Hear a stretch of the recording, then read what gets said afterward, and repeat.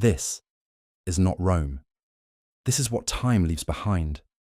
Cracked limestone, weathered arches, stone worn down by centuries of wind, rain, and footsteps.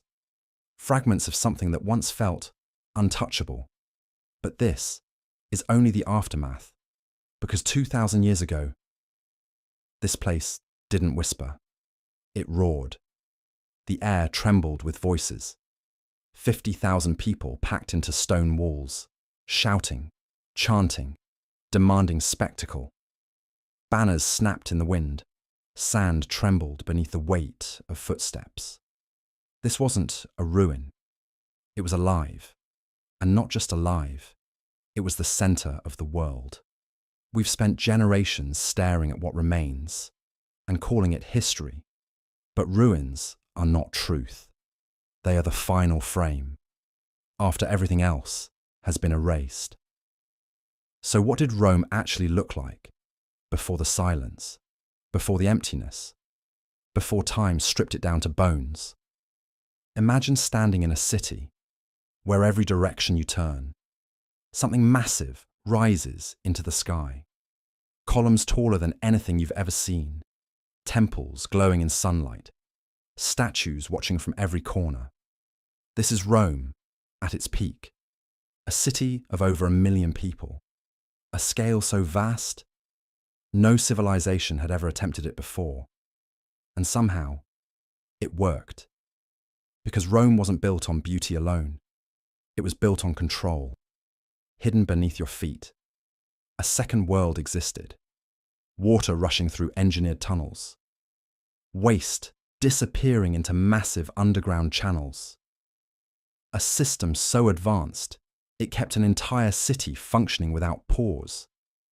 Above ground, aqueducts stretched across the horizon like arteries, carrying life into the city, feeding fountains, bathhouses, homes, before modern plumbing, before modern infrastructure. Rome had already solved the impossible. This wasn't just a city, it was a machine. And inside that machine, life moved relentlessly. The streets were never quiet. Voices collided in every direction. Languages mixed. Accents blended. Merchants shouted over one another. Coins clinked. Animals pushed through crowds. The scent of spices filled the air. From Africa to the Middle East to the far edges of Europe, everything flowed into Rome. Gold, silk, grain, ideas, power.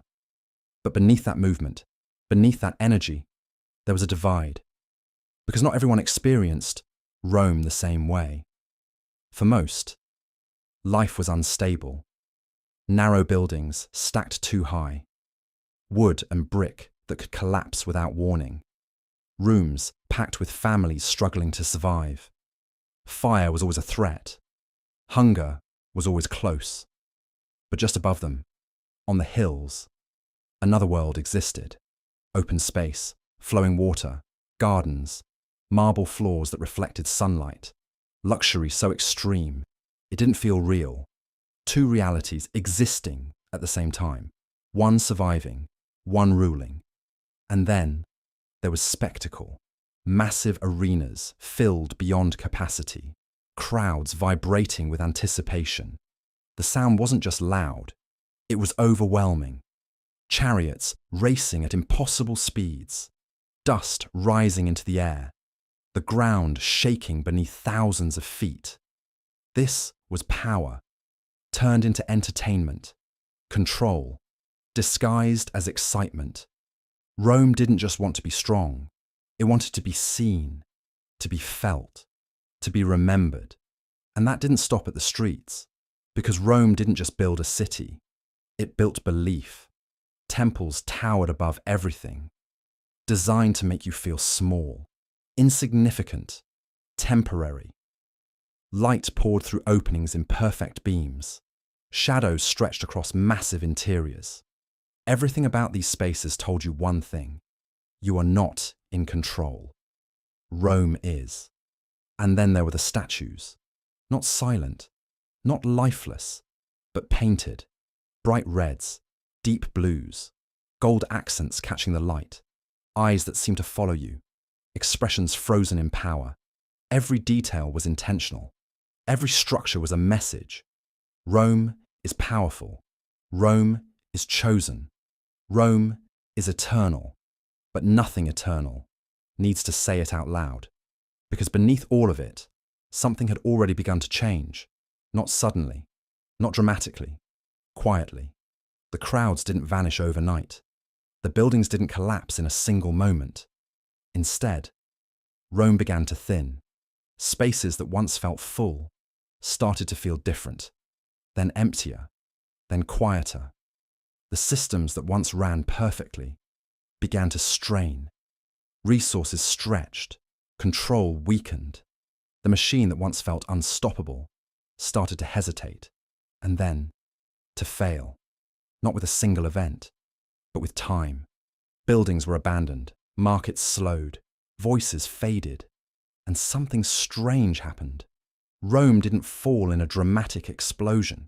It was slowly taken apart, stone by stone, columns removed, structures dismantled, materials reused to build something new, until the city that once defined the world no longer looked like itself, until all that remained were fragments, ruins.